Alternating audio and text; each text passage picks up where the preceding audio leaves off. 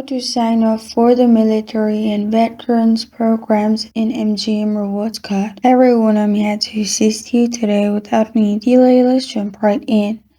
There are different programs for military and veterans, so all discounts applicable to any U.S. active duty military member of the National Guard and Reserve, retired military prior service, and spouse of eligible military personnel must present valid form of military ID or MVP. So, to use, you will just need a valid ID card that you are in military and you are a veteran.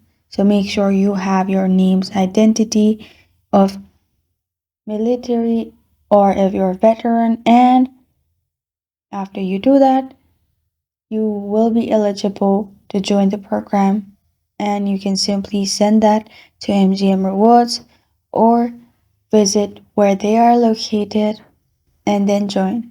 This is how to sign up for the military and veterans programs in MGM Rewards card.